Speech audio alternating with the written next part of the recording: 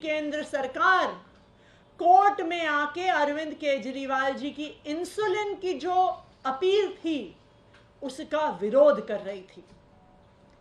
बताएं भारतीय जनता पार्टी, बताएं प्रधानमंत्री नरेंद्र मोदी जी कि अगर अरविंद केजरीवाल जी ने एप्लीकेशन डाली कि उनको उनकी इंसुलिन दी जाए, उनको दवाई दी जाए, तो क्यों केंद्र सरकार उसका विरोध कर रही थी? क्यों ईडी उसका विरोध कर रही थी? क्यों तिहाड़ प्रशासन उसका विरोध कर रहा था? ऐसी बातें सुनने में आती थी भारत की आजादी से पहले। सबको पता होगा कि इसी कारण से कि प्रिजनर्स को, कैदियों को प्रताड़ित किए जाने पर भगत सिंह ने 1929 में जेल में भूख हड़ताल करी थी। क्यों? क्योंकि तब अंग्रेज जो भारतीय स्वतंत्रता सेनानी थे उनको प्रताड़ित करते थे, उन्हें सही से खाना नहीं देते थे, उन्हें दवाइयां नहीं देते थे, उनका मनोबल तोड़ने के लिए, उनका स्वास्थ्य खराब करने के लिए। और आज भारत की स्वतंत्रता के 75 साल बाद प्रधानमंत्री नरेंद्र मोदी जी वही कर रहे हैं जो अंग्रेज अपने शासन में करते थे कि अपने विरोधियों को जेल में ठीक खाना नहीं पहुंचाने दे रहे हैं, उनको दवाइयां नहीं पहुंचाने दे रहे हैं, उनको प्रताड़ित कर रहे हैं। ये जो अरविंद केजरीवाल जी की दवाइयां रोकने की साजिश है, ये कितनी बड़ी साजिश है, ये कई तथ्यों से पता चलता है। सबसे पहला तथ्य, ये एक ईमेल है जो ईडी ने कोर्ट में फाइल किया है। ये ईमेल तिहाड़ प्रशासन से ईडी को भेजा गया। इस तिहाड़ प्रशासन से भेजे गए ईमेल में अरविंद केजरीवाल जी ने क्या खाया, क्या पिया, कितने बजे खाया, ये सारी डिटेल्स मेंशन है। मैं ये जानना चाहती हूं कि किस लीगल प्रोविजन के तहत तिहाड़ प्रशासन ने ये सारी डिटेल्स ईडी को भेजी हैं। जब कोई व्यक्ति जुडिशियल कस्टडी में होता है तो वो कोर्ट की कस्टडी में है। अगर तिहाड़ प्रशासन को कुछ भी भेजना है तो वो कोर्ट भेजे, वो ईडी को क्यों भेजना है? ईडी का एक ही काम होता है, मनी लॉन्ड्रिंग को इन्वेस्टिगेट करना। क्या अरविंद केजरीवाल की रोटी में कैश मिलाया हुआ था क्या आम आदमी पार्टी ने? क्या ये इन्वेस्टिगेट कर रही थी ईडी? कि अरविंद केजरीवाल की चाय में स्वीटनर की जगह 45 करोड़ रुपए तो नहीं डाले हुए? क्या ये इन्वेस्टिगेट कर रही थी ईडी? क्यों अरविंद केजरीवाल की खान पान की, मेडिकल कंडीशंस की डिटेल ईडी को भेजी गई? ईडी ने किस तहत ये सारी मेडिकल डिटेल्स कोर्ट में दाखिल करी? इसलिए करी क्योंकि ये enforcement directorate Bharatiya Janata party की, प्रधानमंत्री नरेंद्र मोदी जी की एक अनुषंगिक संगठन की तरह काम करता है। ये एजेंसी उनका एक राजनीतिक हथियार है और गलत तरीके से, गैर कानूनी तरीके से अरविंद केजरीवाल जी के स्वास्थ्य की पूरी डिटेल्स ईडी को दी गई। दूसरी बात, इस षड्यंत्र में प्रधानमंत्री नरेंद्र मोदी जी ने ईडी को तो शामिल किया ही हुआ है, बल्कि दिल्ली के एलजी साहब विनय सक्सेना जी और उनके माध्यम से तिहाड़ प्रशासन को भी किया हुआ है। यह इस बात से पता चलता है कि आज अरविंद केजरीवाल जी की इंसुलिन का विरोध करने के लिए कौन वकील आए? 2 वकील आए।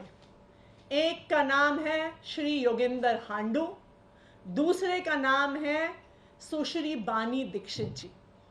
और ये मैं आपको एक ऑर्डर दिखा देती हूं कि ये दोनों लोग जो तिहाड़ प्रशासन की तरफ से पेश हो रहे थे, ये एलजी ऑफिस के स्पेशल काउंसल्स हैं, जिनको 14 दिसंबर 2023 के आदेश से एलजी ऑफिस को कोर्ट में रिप्रेजेंट करने के लिए रखा गया था।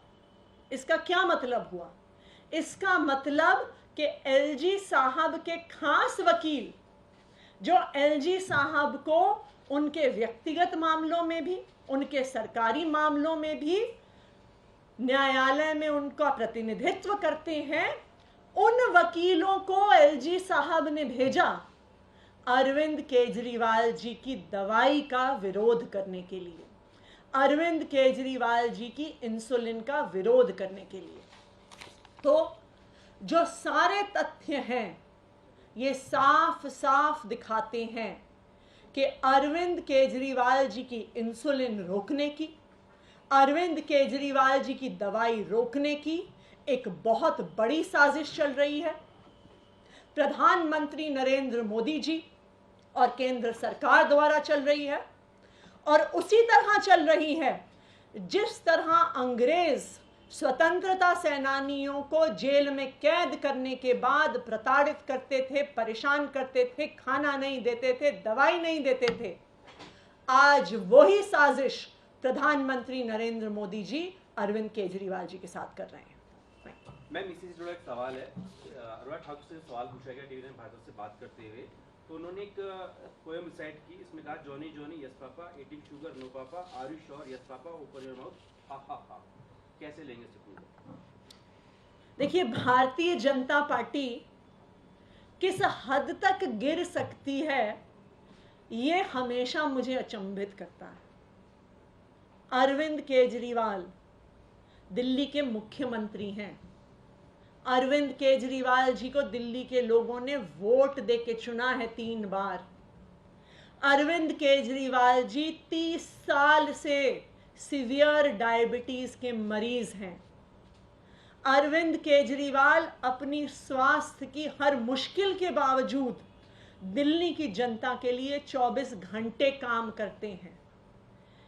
आप एक मुख्यमंत्री छोड़िए, आप एक लोकप्रिय मुख्यमंत्री छोड़िए, बेसिक कर्टसी, बेसिक सभ्यता ये सिखाती है कि आप किसी भी व्यक्ति के स्वास्थ्य की किसी भी कंडीशन का मजाक नहीं उड़ाते हैं। हमें तो हमारे माता पिता ने बचपन से ये सिखाया है कि अगर कोई किसी भी परेशानी में हो, कोई किसी तरीके से बीमार हो, कोई किसी तरीके से डिसेबल्ड हो, चैलेंज्ड हो, तो उनका सम्मान करना चाहिए, डिग्निटी से पेश आना चाहिए। तो मैं तो यही जानना चाहूँगी कि अनुराग ठाकुर जी ने अपने परिवार से क्या सीखा है। नंबर एक सवाल को कोर्ट में डाइट चार्ट जो सबमिट किया है उसमें एक चीज थी कि 11 अप्रैल को ब्रेकफास्ट में केजरीवाल जी को फ्रूट चाय के साथ अंडे दिए गए। बीजेपी ने भी, शादी ने भी इस तरह रिएक्ट किया कि बड़ा आश्चर्यचकित करता है कि नवरात्रों में कोई अंडे कैसे खाता है। ये बिल्कुल गलत सूचना है। अरविंद केजरीवाल जी नवरात्रों में अंडा नहीं खाते हैं। ये गलत सूचना दी जा रही है कि उनको 11 अप्रैल को अंडे दिए गए हैं। अगर आप देखिए कि 8 अप्रैल तक लगातार उनको नाश्ते में अंडे आ रहे थे, लेकिन नवरात्रि शुरू होने के बाद उनका पूरा डाइट चार्ट बदल गया। उसमें उपमा, पोहा, इडली, उत्तपम इत्यादि दिया जा रहा था। नवरात्रों के दौरान अरविंद केजरीवाल जी को अंडा खिलाए जाने की सूचना बिल्कुल बेबुनियाद है। ये भारतीय जनता पार्टी के झूठ का पुलिंदा है कि वो एक बीमार आदमी की, उनके खान पान की, उनकी दवाइयों की आज उस पे राजनीति कर रहे हैं, घटिया राजनीति कर रहे हैं। मुझे इस बात को देखकर विश्वास नहीं होता कि कोई 2-4 वोट पाने के लिए कितना गिर सकता है। मैं भारतीय जनता पार्टी को बता दूं कि वो जितना गिरेंगे, वो अरविंद केजरीवाल पे जितना हमला करेंगे, दिल्ली के लोग आम आदमी पार्टी को, अरविंद केजरीवाल को उतनी ही ज़्यादा वोटों से जिताएंगे। भारतीय जनता पार्टी को दिल्ली के लोग भी माफ़ नहीं करेंगे, भारतीय जनता पार्टी को भगवान भी माफ़ नहीं करेंगे।